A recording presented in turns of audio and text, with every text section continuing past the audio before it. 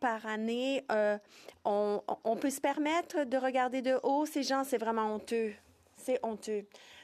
Reprise du débat. Honorable député de Saanich Gulf Island. Merci, Monsieur le Président. Alors, c'est un débat difficile car on nous a parlé du premier plan qui prévoyait le 250 pour les Canadiens les mieux nantis et pour les gens qui ont travaillé en 2023, ça n'incluait pas les gens qui ont des revenus fixes, notamment. Nous avons été le premier parti à noter que c'était injuste. Le 22 novembre, on a fait une déclaration disant que comment pouvons-nous donner 250 à certains Canadiens et pas à d'autres. Les retraités, notamment les gens qui ont un revenu fixe, ça ne s'appliquerait pas aux personnes qui ont des revenus d'invalidité. Après tout le temps que nous avons consacré à des mesures d'allègement, eh bien, c'est toujours pas chose faite et ce 250 a été proposé. Et comme je l'ai dit, depuis 24 heures, nous accélérons ce débat qui porte maintenant seulement sur la TPS, le congé de TPS sur certains produits admissibles et sur une période limitée à un prix de 1,6 milliard de dollars pour le Trésor canadien. Et donc, je vais vous dire une chose, c'est vraiment un enjeu difficile. C'est un peu moins difficile à traiter maintenant qu'on a retiré le 250 qui aurait dû être ciblé pour les personnes qui en ont le plus besoin. On sait que ça va revenir sous une autre forme, mais il y a quelque chose à ce sujet. Moi, j'ai du mal. Je dois dire, sachant à quel point les Canadiens ont besoin d'un congé, alors je ne sais pas comment j'arriverai à voter contre un congé de TPS à l'heure actuelle, mais je me sens perplexe. J'ai l'impression que j'ai voté pour quelque chose qui aurait pu être proposé par Doug Ford, et c'est le cas en fait. Et c'est pas une politique bien avisée. Moi, je dirais que un congé de TPS sur certains produits admissibles, je sais que donc, j'ai entendu les conservateurs dire que ça ne s'appliquait pas au puzzle jigsaw, ce genre de casse-tête en 3D. Donc, on les voit à la télévision. Donc, en gros, ce n'est pas une bonne politique lorsqu'elle n'est pas ciblée pour les personnes qui en ont le plus besoin. Et ce n'est pas une bonne politique non plus lorsqu'on parle de 1,6 milliard de dollars. Et où on ne nous explique pas comment on va payer cela. Et nous proposons donc de faire en sorte que ça soit payé par un impôt sur les bénéfices excédentaires des grandes épiceries et des grandes surfaces alimentaires. Ce serait important d'appliquer cette taxe sur les grands producteurs de pétrole et de gaz, étant donné leurs grands bénéfices. Alors, on a du mal. Vu l'état du monde, et on sait que les Canadiens ont besoin d'un congé, d'allègement sur les produits essentiels, mais il y a une liste très complexe. Et est-ce permanent? Non. Il s'agit plutôt d'un congé sur une période de 2 mois pendant le temps des fêtes. Et ça, c'est en fait une mesure électoraliste, c'est clair, mais ça ne profitera pas aux gens qui en ont le plus besoin. Il s'agit plutôt, bon, si on prend l'Institut des entreprises indépendantes, ils disent que le secteur du détail, donc le secteur du détail en profitera, les restaurants, les repas pour emporter, et donc ça, ce sera donc plus pour les familles, on pourra en profiter. Mais les gens qui donc économisent, c'est pas les mêmes personnes qui se retrouvent à la banque alimentaire. Alors, je dois dire que c'est rare et je m'adresse à mes collègues ici. J'ai du mal, je suis perplexe, j'ai du mal à me faire une tête quant à comment voter. Habituellement, je lis un projet de loi et je me dis, OK, d'accord, ça, je peux appuyer. Ça, c'est une chose qui correspond à mes convictions. Mais ici, en fait, de quoi ont besoin les Canadiens? Ils ont besoin d'une politique globale qui les protège des dommages de la crise climatique, qui en soi exerce une pression à la hausse sur les aliments, sur les denrées alimentaires, qui fait en sorte que les conditions de vie sont précaires pour les personnes qui vivent dans des zones inondables et qui doivent composer avec les ordonnances d'évacuation, les gens qui vivent avec les traumatismes chroniques, des effets de vivre, ils vivent dans des îlots de chaleur ou dans des zones qui ont été touchées par Fiona. Donc, on a besoin des politiques exhaustives, sensées. Les conservateurs veulent bien entendu abolir la taxe carbone, mais cette taxe est remise aux gens. La TPS est quelque chose qui a été mis en place au cours du gouvernement Mulroney. Ce n'est pas une taxe progressive, c'est-à-dire tout le monde paye cette taxe. Si vous achetez des items de luxe, vous allez payer davantage. Cette taxe, ce congé de taxe pour une période de 2 mois, donc n'est pas conçu axé sur les articles de luxe. Bon, on parle de couches, de sièges de siège d'auto, et moi j'ai une petite fille et moi j'ai offert un siège d'auto à ma fille pour sa elle obtiendra donc un siège d'auto.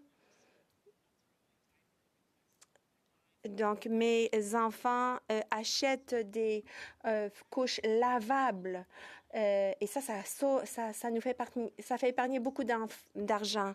C'est 6 000 $ qu'on jette à la poubelle en jetant des couches jetables. Alors, évidemment, il y a beaucoup de lessive à faire pour les jeunes mamans. Et je dis les jeunes mamans parce que c'est surtout elles qui font la lessive. Alors, comment épargner de l'argent en évitant tout ce qui est jetable? Comment faire pour soutenir les petites entreprises?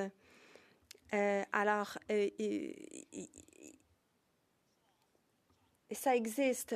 Ils fournissent donc des couches lavables. Donc, ça existe dans les collectivités chez nous. Donc, ma fille, lorsqu'elle était en couche, moi, j'utilisais des couches lavables et j'utilisais des réutilisables. Donc, il m'en reste une et c'est un vrai trésor. C'est vraiment fait de bons tissus et ça, c'est bien absorbant. Donc, voilà. Il faut donc investir dans les couches de coton lavables. Très bon produit. Alors, j'ai du mal avec ce projet de loi, Monsieur le Président, car je ne sais pas. Je ne suis pas convaincue que ce congé de taxe de durée de 2 mois sur certains produits, je ne sais pas si c'est ce que les Canadiens ont vraiment besoin. Il faut éliminer la pauvreté. Il faut mettre l'accent sur la sécurité alimentaire pour tous. Il faut investir dans notre société avec le genre de changements fiscaux qui feront une différence. Et il faut donner aux Canadiens la chance de savoir qu'on vit dans une société bienveillante, qu'on souhaite éliminer la pauvreté avec des revenus qui font en sorte qu'on peut vivre dans la dignité. Ça, c'est le vrai changement, Monsieur le Président. Merci. Questions and comments. The Honourable Parliamentary Secretary to the Leader of the House. L'honorable secrétaire parlementaire. Une des choses que nous aurions pu faire pour nos commettants, alors nous savons très bien que les choses ont été difficiles.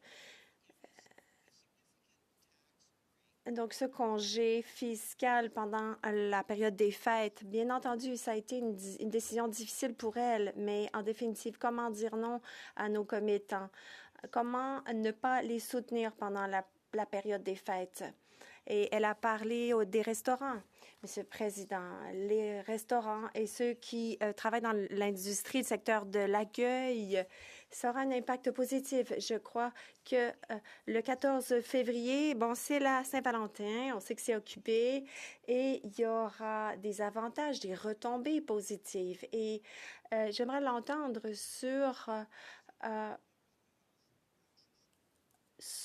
le soutien qu'on devrait accorder à cette mesure fiscale. Je veux vous informer que je vais vous accorder 45 secondes par question pour qu'on puisse avoir toute une ronde de questions-réponses. Merci, Monsieur le Président. Merci à mon honorable collègue du Parti libéral. Alors, je sais que les Canadiens vivent du désarroi et de l'anxiété par rapport à notre avenir. Lorsque nous revenons à la question de l'abordabilité, acheter une maison, il y a des gens qui vivent dans des campements de fortune, dans des tentes. Et je ne crois pas qu'un pays aussi riche que le Canada puisse tolérer cette situation. Dans un pays qui a de rudes hivers, on doit faire plus, et ce 1,6 milliard de dollars. Mais j'ai l'impression que cet argent pourrait être dépensé différemment plutôt que sur cette mesure à court terme et au cours de la période des fêtes. Comme je l'ai dit aux collègues, je vais probablement voter en faveur, mais je suis partagée. Le député de Laurentides-Labelle. Oui, Monsieur le Président. Ce qui se passe ici ce soir, un vote, c'est pas un vote pour voter contre parce qu'on est l'opposition. C'est pas un vote parce qu'au final, ça peut aider quelques personnes. Il faut regarder la finalité de l'ensemble de l'œuvre. Je ne poserai pas la question à ma collègue à savoir pourquoi elle vote en faveur, mais je vais quand même lui poser une question. Croit-elle que le gouvernement avait bien ficelé et analysé cette mesure avant de la soumettre et qu'on la vote dans les prochaines minutes? L'honorable député de Saanich Gulf Islands. Merci, Monsieur le Président. Merci à mon cher collègue du Bloc québécois. Oui, alors, c'est difficile, comme j'ai dit déjà, mais je pense que nous manquons les politiques courageux. Nous manquons maintenant le chefferie qui comprend bien la difficulté d'abordabilité pour nos familles, pour nos enfants, pour les jeunes du Canada. Ce n'est pas suffisant, mais peut-être c'est quelque chose de bon. Et pour ça, je vais voter en faveur. Mais comme j'ai dit, nous devons faire plus pour le projet de société, pour le bien-être de tout le monde, et particulièrement pour le bien-être des populations qui manquent la nécessité de leur vie, les peuples autochtones, les peuples avec les disabilités qui manquent, les personnes sans abri. Ça, c'est les populations de Canada qui ont besoin de notre aide. One last question. Une dernière question. Le député de Carleton Trail Eagle Creek. Merci, Monsieur le Président. Nous sommes saisis d'une manigance fiscale et on a parlé de mesures électoralistes. Ne croyez-vous pas qu'on devrait tous voter contre? L'honorable député de Saanich Gulf Island. Pour répondre à la députée, en tant que personne du Parti vert, personne ne me dit comment voter. Et c'est difficile. Et je dirais à la députée qu'elle peut penser à des gens dans sa collectivité qui se demandent pourquoi elle n'a pas voté pour cette mesure. Parce qu'ils auraient... Je suis désolée, mais c'est la réalité. C'est la réalité. Nous devons réfléchir aux personnes qui ont besoin de soutien. et qui auraient eu un meilleur temps des fêtes. Et moi, je suis interpellée par ces personnes. Alors, il faut se battre pour des changements permanents pour aider ces personnes qui en ont le plus besoin.